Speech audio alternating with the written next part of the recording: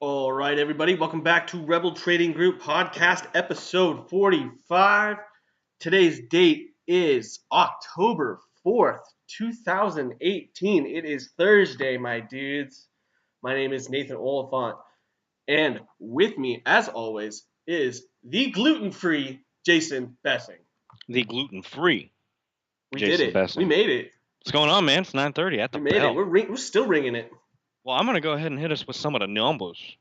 Let a brother get a refresh real quick now that the markets are open, and there we go. We have the Dow currently sitting down about 43 points, S&P down 6 points, Nasdaq down. We'll call it 28.5. Gold up $2. Woo! Oil down 62 cents. Not a lot going down. In my opinion, this is just normal market movement. This is nothing. It's just normal selling. It's okay. There's down days. There's red days. There's red candles. It's all right, Nathan. Calm down, bro. Calm down. Oh, we're good, dude. Are you calm? I'm kind of being margin called, but we're good. Oh my goodness. Oh my goodness. Do you have any hedges? Did you have any insurance bets on? I got a couple puts. Okay. Are they helping you in your current scenario? No. Ah. I'm a bullish investor. Well, good for you. So anyway, my calls basically outweigh my puts. Yeah. That's okay. Pulling up the Bitcoin real quick, see how the cryptos are looking. We have Bitcoin currently sitting at. Wow, it's so slow. There we go. Hey, the little pop up at $6,537. As you and I have discussed earlier, I am currently sitting in a Litecoin, and altcoins all acting pretty much the same in the past few days, down a little bit. Not a lot of movement going. Volume's kind of slowed down, and excitement's not really there in that crypto world anymore. But I'm still long on crypto and the idea of it. Do we have any market news going on? Anything interesting? Oh, let's see. Any bell ringers out there? I don't think so. No? Let me check. I'm doing Yahoo Finance. Kind of fucking running every application in the world right now. I don't think so. No, no big news. Nothing really. Yeah. I mean, we did this Monday? Yesterday? Monday? 2 days ago. Yeah, we just did this. So, all good. Well, I'm gonna be completely honest. I'm not prepared right now, but I'm sure I can get us a market terminology quite quickly. Let's do one relative. Let's just do earnings per share, because this is just going to be the perfect segue. Even if we've done the terminology, let's do it again. Okay, that is a good segue. I feel like we definitely have done that before. Yeah, but it never hurts to refresh. Drive it in, gluten free. Drive it in, baby. Drive it in. That's how I got to my knowledge now. Is like listening to the same thing 100 times, and then it's like, oh, okay. So why don't you hit us with EPS, the earnings per share? Give us the working man's definition of it, the retail trader's definition. I guess it's how much really a company is making per share. Like in the end, after everything's cut and dry, expenses are cut. How much are they working per share in earnings? Correct. How much? Well, we always want to remember. So if Disney makes $100 million and MGNA makes $100 million, that's two very different companies, two very different sectors, two very different market caps. One of them's over 150 billion, the other's under 5 million. So when they make $100 million, it means very different things. So instead of saying we made 100 mil, they will break it down into this is how much we made per share.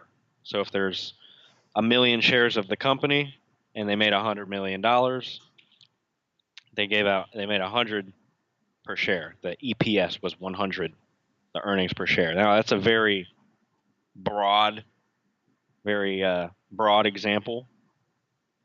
It's usually expressed in like $1.25 per share, 36 cents per share. And that number is basically how much money is the money that you have in, how much is it generating? How much is Disney able to generate using your money? Yeah. If earnings are going down, then your money is put to work and it's making less money. It's unattractive investment. Growing earnings is a sign of a healthy, strong company. And that's what we look for. As earnings grow up, it'll push the price up. And it's pretty much just as simple as that. If you shake off the daily volatility and the daily movements and what happens on maybe even a monthly basis, long term, it's all about the earnings and the earnings per share, growing those earnings. The CEO will keep his job if he continues to grow earnings, no matter how he does it.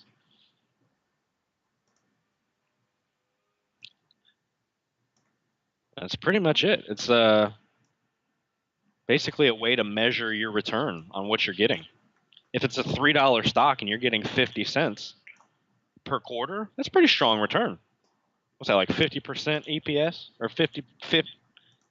Yeah, it's like a 50% return on your money yearly. Now, what the company decides to do with that money, completely different story. Disney comes out, says they made $1.50 a share. They're not giving you $1.50. Hey, congratulations, thank you. They accumulated that money, and what they are able to do with what is left over is on them and the board of directors and the officers of the company. They may return it in the form of a dividend, may put some of it in a dividend. They might buy back some of their stocks. They may use it to expand and grow the company. Some of the more aggressive tech companies do that. I'm sorry, now it's a communications company, Google. They don't really pay dividends or return wealth back to shareholders. They just put the money back into the company, which causes them to grow and make more earnings and more industries, so on and so forth. I was reading that the Google's revenue alone provides enough income for R&D. That's good. Yeah. It's beautiful. I mean, they're a very efficiently run business. Very efficient. So whatever they decide to do with the money that's left over is based on them. So, and why are we bringing up EPS today specifically? Oh, you know why, baby? Because we're about to go into Q3 earnings. Oh, it's getting ready, man. We're about a week away from the banks. Yeah. The banks. So anyway, to brush up on EPS, is there anything that you want to gloss over before we finish that? Maybe you mentioned this, but like the way I think about it is how your money's working, because you're a business owner. You own the company. So how is your money working? Yeah. That's just one thing I just think about earnings per share. I used to think about earnings per share. I think I've said this before. Is like how much it was like earning on the stock. Oh, that's kind of cool, but that's not how it is. No, and that's more so the PE. Different ball game. I could see that. Yeah. Well, not a different ball game. It's all relative. It's all very important. But the PE ratio, should we just gloss over it since we're here? We can. We're here anyway, might as well. So when you take that EPS and you apply it to the price of the actual share, so you take the price divided by the earnings, you will get what's known as the PE ratio, the price to earnings ratio. And that number is literally how much you're getting back based on every dollar you've put in. So let's run through an example, Nathan. Let's say we've got a $10 stock, EPS for the year, $2. So we need to divide 10 by 2. What does that give me? 10 by 2, that's 5. There you go. So we have a 5 PE. So every $5 we're putting in there, we're getting 1 back every year. That's as simple as it is. I know it's a ratio. Oh, I hated ratios.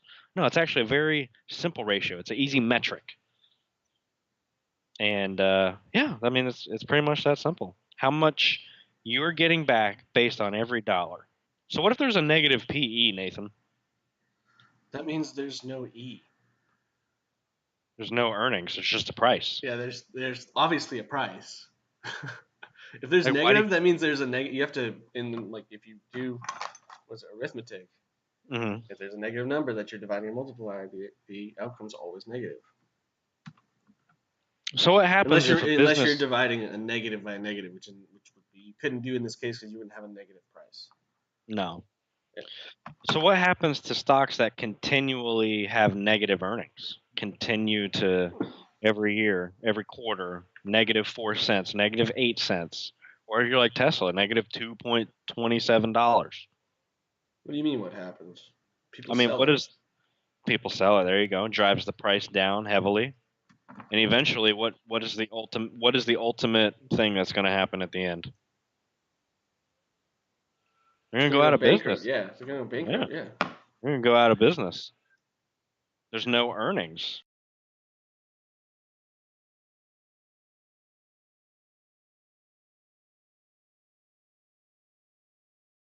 It's not a business if it's not making money. What was it Justin Klein was saying? He was like, Oh man, that I'm was great. Did you? selling dollars for 80 cents. Yeah, Everybody's gonna buy it. that's a perfect analogy though. Yeah, I love that. That was really good. If you're selling dollars for 80 cents, it's going to look like you're bringing in tons of money. I don't care how many cars you're selling. That's great. That was a good episode. Yeah, that was a great episode. Shout out to Always got to InvestTalk. recommend them, man. KPP, Invest Talk. That's where I learned a lot of everything. True. I've listened to. If you took the cumulative time, it has to be months of their podcast. Jesus. Anyway, Have you listened to their podcast when the market crashed?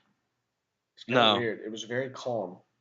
In like 2000, when was it? Like 2007? Yeah, like the day, one of those. I looked up. I forget which day it was. God forbid, I should know this. But like the biggest Dow 20% drop in 2008. Um, they recorded a podcast around that time. It seemed to be very calm. So I like that. To them, it's just normal market. Like, oh yeah, this is what happens. We have tons of money aside, so we're gonna push it in now. That's it's not a bad idea. Always having that cash position that's ready to roll for that. Yeah. So Not a bad idea. All right, so that's pretty much a PE EPS. If you would like, if you want to add anything. Oh no, I'm ready for we had questions, comments, concerns, suggestions, insults, corrections, or ideas. You can email us at Rebel Trading Group with 2 G's. That's rebeltradinggroup@gmail.com. So today's topic, Nathan, 45.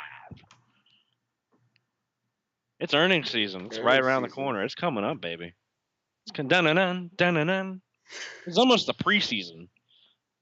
So I want to talk Q3, fiscal year 2018. We just kind of did this, but it was in July. August and September flew by. Now it's October. We do this quarterly, every 3 months. Yeah, we did 9 months. So let's. So this is our 12. second. Three quarters of the way there. Quarters, baby. Well, even though we are entering the last quarter, all the companies are reporting for whatever happened the last 3 months. So we are currently in quarter. We're talking about the earnings that are coming out that will reflect quarter. So, how do you think we did? I'm a little bullish. I'm a hopeful bull. I want it to be so good that we just knock the fucking quarter out of the park. It's possible. It's possible. We've had a lot of strong trade talks. I think a lot of the volatility was based. It's all been news driven. Like I continue to say, it's all based on what's being tweeted. Trump's tariff tweets. TTTs. So these companies are still putting up strong numbers. And we even saw in last quarter, the earnings are still strong. Nobody really talked about it. They were kind of steady. I wouldn't say that they were strong. Not a lot of crushes out there, but steady earnings. Jobless claims are going down week after week. I'm a little bit bullish.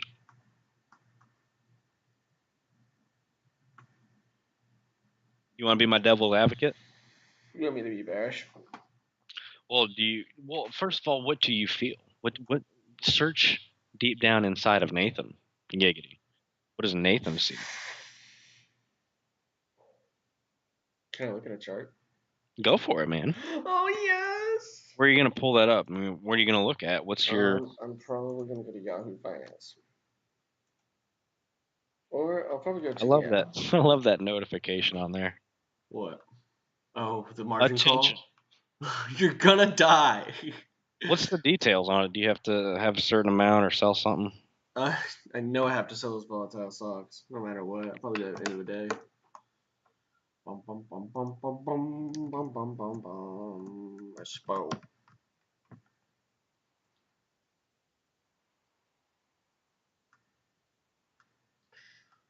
Oh, S&P. Oh, salt and pepper. It looks awfully fucking over. I don't know, dude. Like you want to say, I hate being a bear. Do you know why it's called a bear? Not really. I read there's a bunch of speculation, but the New York Stock Exchange archivist replied to a AMA and said that there's lots of speculation about what it means, but one of the most common one is a bear attacks you by dragging you down. True. I can see that. Yeah. Bull throw you up with the horns. I don't know. Yeah, they didn't ask about. I mean, they didn't talk about the bulls. So it's year to date. It's just I feel like bulls flat. could be like a charging thing, like a charge on. It's just kind of flat right now, and I guess for the past like Who is this? S&P, salt and pepper. We're right back to where we were. What's that time frame? January? It's year to date. We're a little bit past that. Still strong. Do you use that as an indicator for earnings season though? I don't know, man.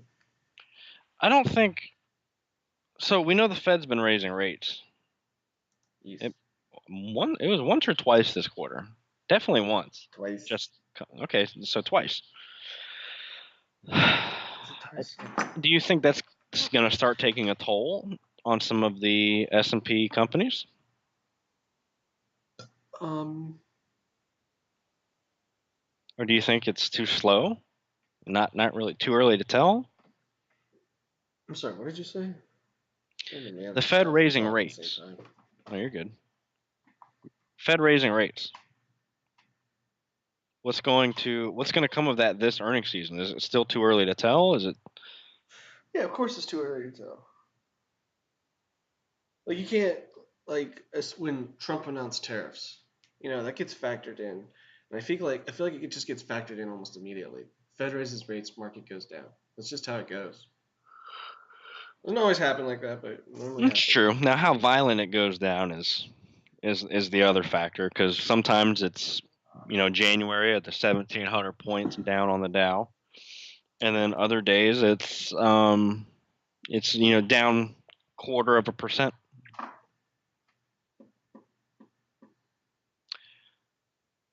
Yeah, I think it's way too early to tell. It's not. So who's up first? It hasn't taken the big effects. Well, we do this podcast specifically. This this one will be called Q3FY18 will be the title of the episode. But we do these specific ones. We like to talk right before the banks are going to present their earnings. Now, some already have. Some companies are already posting their earnings, and that's just normal because there's no required set date. As long as it's every quarter, it can be pretty much in line with whatever you want to be, however you want to do it. So that being said, I forgot who it was. Someone actually had earnings today or has earnings today. Was it Intel? I can look it up. It was someone, but point being, we want to talk about the banks are kind of like the first big sector to kind of do earnings together. And that's going to start, if I'm not mistaken, the 11th through 12th of next week. I'm going to get you the exact answer in just a momento. It's not Intel. There was someone today. I'm going to pull up the earnings Costco? calendar. But Stellar? there you go, Costco. Costco is a big one. They're like a $50 billion market cap or some ish. Constellation Brands is reported. Constellation. They're up. I do like them. They have 2 stocks. Do they? A and B. I didn't know that. But we like to talk about banks. Why banks specifically? Banks run the world. Banks run the world. They're kind of like the more businesses are borrowing to expand, the more the banks make the money. It's kind of an indicator. It's like, oh, the banks did well because there was lots of lending going on. It's usually a good sign. Businesses don't really borrow money because they think that they're going to do shitty over the next couple months. And banks are also good indicators. Yeah, that's what I just said. Oh, sorry. No, it's okay. I know. I got a lot going on. I'm bouncing back and forth between my portfolio and pulling up the earnings calendar and looking at you on the Skype. And we gotta like focus and then just do an after-hour trading session. I know. Anyway, but yeah, tell me, pitch in on that indicator. Okay, so you got things like mortgage applications. I just feel like you got mortgages in general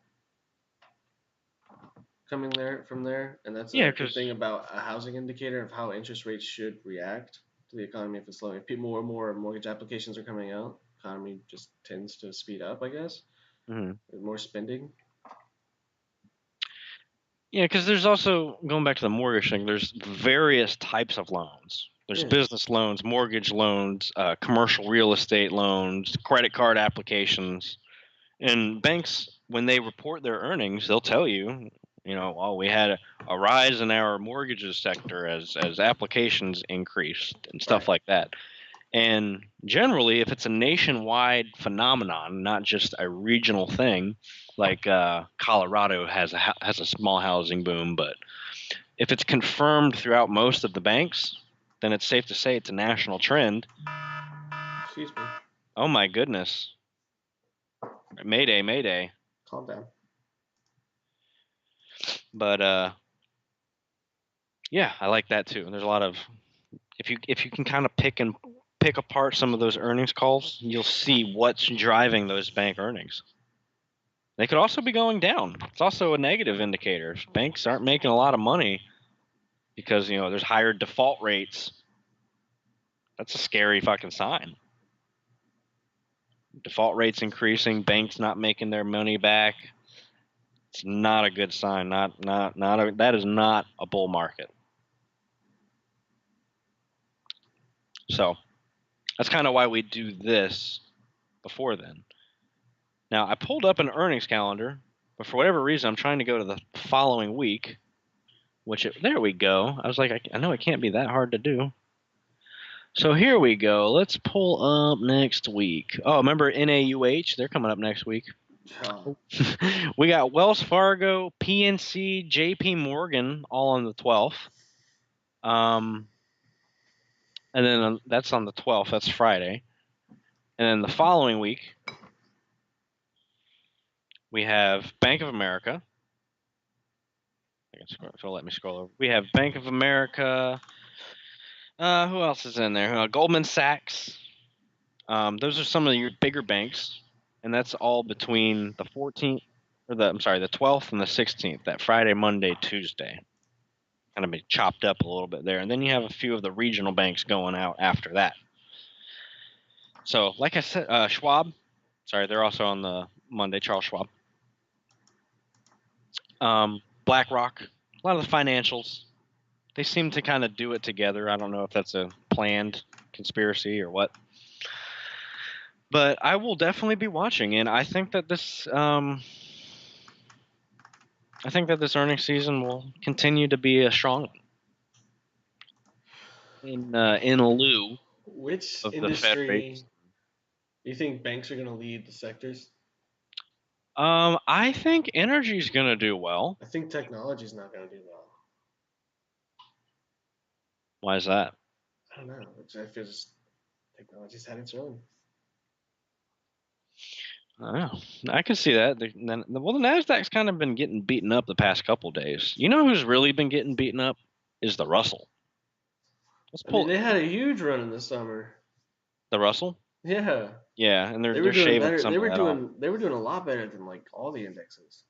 I'm gonna pull them up real quick. I'm gonna see if I can. Let me compare them. Yeah, pull them up on the What's the Twitch. symbol? IWM.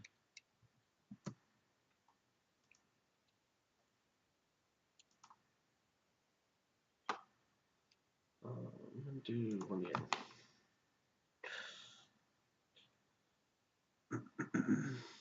It's in the month of July. They were outperforming.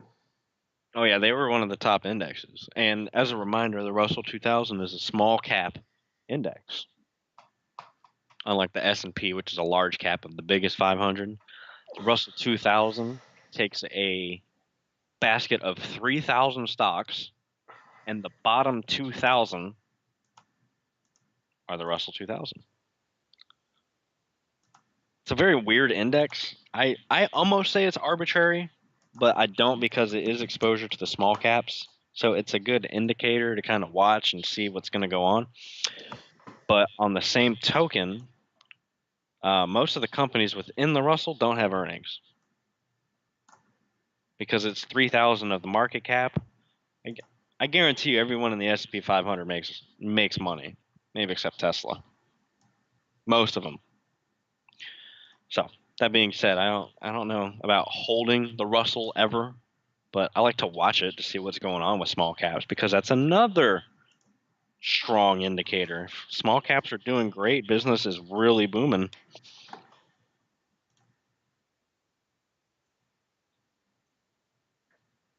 From April till basically this month, the Russell outperformed the S&P and the Dow Jones. Recently, they've taken a hit, so I think it's just time to correct that market.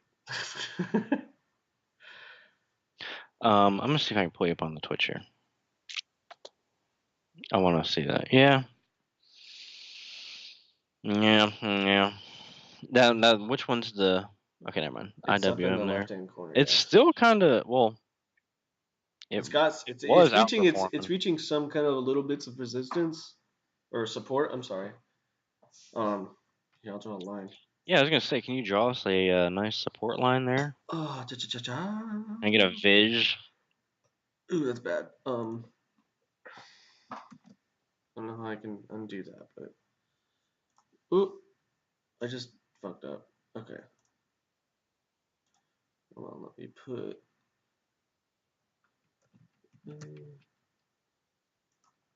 Sorry. You're good. Do what you gotta do, brother. J-Nug. What are they doing? Up 3.5.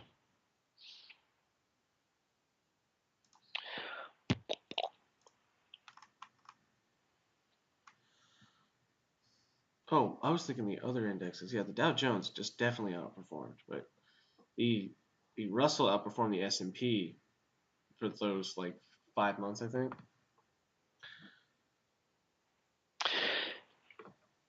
Yeah, the Dow's actually been doing pretty well past few weeks actually. They haven't been nearly as volatile as the Nasdaq and the S&P, and is actually showing a few green days when the rest are showing the red days. Past 5 years, the Dow has Dow put back fucking Jones. 76%, and the S&P has only put back 71, and the Russell's put back 54. See the max. God. I want the max. Give me the max. I want the Mad Max. I can't comprehend. The maxi pad. Holy shit. The Russell's outperformed everybody by 642%. What's the time frame on that? For starting an equal date around 2000. So 18 years. Wow.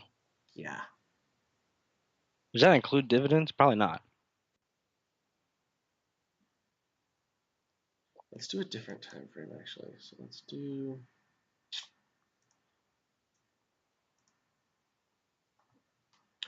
Um,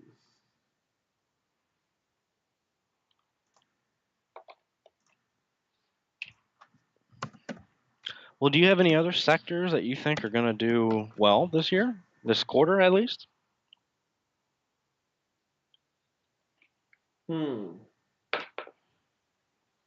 I don't think retail's gonna or real estate's gonna do well. I think real I can estate's see starting that to lag. real estate will start to lag. It's gonna push back as the rates go up. And that's just normal. We know that because a lot of real estate companies have tons of debt. So, totally makes sense, my good sir. Well, the housing market's slowing down. You know, it's funny. When I think real estate, I don't think housing right off the bat. Do you? Yeah. First thing I think of is commercial. Okay. When people are buying houses, what makes you think they're buying commercial real estate? I don't know. I'm not a huge fan of like mortgage REITs or anything. Do you like mortgage REITs? No. I think that's kind of like a MBO or MBS. I don't Yeah, know. that's exactly what it is. It's a company derived on those, Yeah, I don't know. issuing mortgages and refinancing mortgages and What essentially. company? What company are you most looking forward to in earnings? God damn. Calm down, dude. It's just a podcast. A company in specific? Yeah. Are you looking at a certain company? Hmm. Hmm. Well, What about one you would trade on? trade, I'm not sure. What about Tesla? Tesla's definitely gonna lose some Give a money this fuck about earnings. Tesla. Tesla's definitely. It's time. It's Tesla's time. I'm not touching it, dude. Dude, I'm doing it. I think I'm gonna short I'm it. not. I don't touch it, dude. I Hmm. I know I'm watching someone. I First of all, you know I'm always watching Disney, but I feel like I can't use that one because that's my one stock that I'm long term just absolute fucking bull on, even to this day. Right now, do I recommend buying it? No. Wait for a breakout. But it's gut check time on the Diz.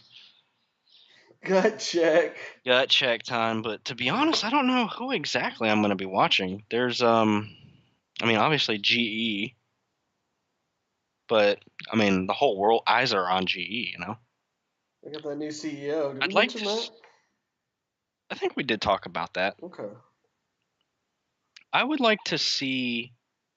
Um, well, one of my other favorite cores. I don't have any exposure to it, but one of my favorite core as a core holding would be Carnival, and I actually want them to tank a little bit because I would love to pick them up at a good price, maybe 55, 54 range. She's sitting at 62, so I'd like to see a strong pullback from the cruise industry, mostly just because of a buying opportunity. My girlfriend's going on a cruise right now. Oh, really? Yeah, bachelor party. Oh, fun. Bachelorette party. Wait, what? Wait, what? Yeah, she's just going with a bunch of her guy friends to a bachelor party. She can have a time of her life. That kid deserves it. That's funny. But She's going on company specific, Carnival. not sure. I am watching as a sector the energy markets. There's been a lot of volatility. Can you pull up the USO for me? Pull up a little USO. Go ahead and throw XLE on top of it. On it.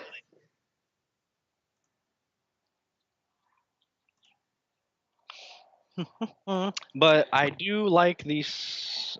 There's a lot of volatility in these sectors, and these companies trade energy. They trade based on these futures contracts. It's how a lot of them make their money, securing the futures for either their own inventories or to trade the volatility to pocket cash, lock in quick little gains here and there. And I think as a result of that, I think a lot of these companies might have done well. In addition to the fact that oil is kind of sitting at a high.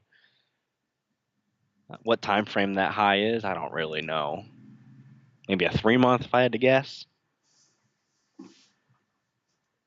So, boom. Which one? So we got the dark blue there is going to be USO. The Oil. light blue is going to be XLE. USO matching the performance of oil Ish, yeah. ish. We kind of see that they kind of go together. Not. I mean, we got to remember, it's not just oil. It's the companies. Yeah, that's what I was going to say. Yeah. It's not only the price of oil. Price of oil is how these companies thrive. But as the price of oil goes up, energy companies tend to go up because their margins are increasing. So their cost doesn't necessarily become any more, but the product that they're selling is going up in value. So that's why energy companies will tend to do much better off of a rising oil environment, which we're kind of in. I mean, look at these highs. We haven't, in about 2 months, August was the last time we were at these levels as far as the USO goes. Can you pull out? Yeah, can you pull out the year? The 1 year? Mm-hmm. Sorry, I'm just waiting for it to load on the Twitch here.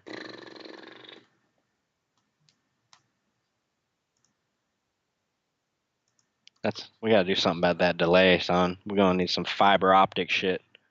You can't help latency, dude. Sorry. We're just gonna have to have a direct connection to each other, like a 500-mile stretch. Did you hit 1 year? Yeah. It's Wow. loading, dude. Okay. It just now clicked. This is just All how right. streaming works, man. There's just a little bit of delay.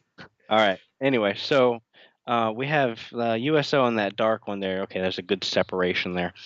I mean, this fund kind of outperforming XLE overall, 58% compared to 13% year to date. But not only that, the price of oil just hasn't been this high since what? USO hasn't been this high since 2 years, 5 years? Definitely not within the Pulling up past the 2 year. years. Pulling up the 2 year right now. But with that, like I said, energy companies will make a little bit more money, and the volatility will maybe have put some money in their pockets for now. And I'm curious how that's all going to look, how it's going to pan out. And I wonder if this is a good play to run into if the banks don't do well. Do we push into energy? Push into a commodity-backed thing? 2015, we haven't been at these levels. It's been a while. 3 years. So, I don't know, man. I'm about it. I'm about this sector. XLE's outperforming though over a 5 year. That's why you grab XLE because they were kind of like 5 years ago. They were kind of trading at the same price. Mm-hmm. They've been paying a dividend the whole way. Jesus Christ. 2008, the price of oil fucking tanked. Anyway, and do you have any companies or sectors in specific that you want to shout out? I mean, yeah, I said real estate. I don't think real estate's gonna do terribly great, and home builders, I guess as well, aren't gonna do terribly good. I guess I'll be watching. I don't know. I want to see consumer discretionary. I want to see how they do. Because if they're gonna do good, because there's a lot of companies that are like brick and mortar. I want to see how that's gonna indicate for the economy.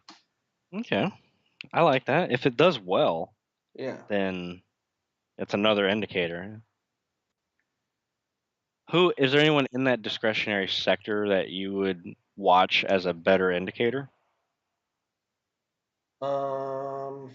Like if Amazon beats earnings, are you using that as No, that's absolutely not. discretionary? Yeah, absolutely not though. But And if even though it might Disney, carry, yeah, I don't know about Disney. Target, Like Walmart, I feel like Walmart's a good one to Yum, watch. if restaurants pop up, there's a lot of ways to play these. Anyway, I don't really have much else to say, man. That's a good episode. That was a good little episode. So good luck in We'll be this earnings. back. We'll be back to see like after like banks. We'll be back. Oh, for sure. We're gonna talk about it as it's all happening too, and then we'll do like a little wrap up episode. But I feel like last 2, maybe even 3 earnings seasons, nobody's talking about it. Talking about trade wars, tariffs, tweets, tits. I'm sure Tesla's going to bring tariffs. Maybe some sort of fall. I'd like to listen to the earnings call. We can try that. Do an episode like that. If you're able to find out how to put it on there, yeah, that'd be great. Cool. All right, man. Well, where can they at us? You guys can email us any questions, concerns, comments, quotes, memes, funny pictures, mostly corrections or strategies to rebeltradinggroup@gmail.com.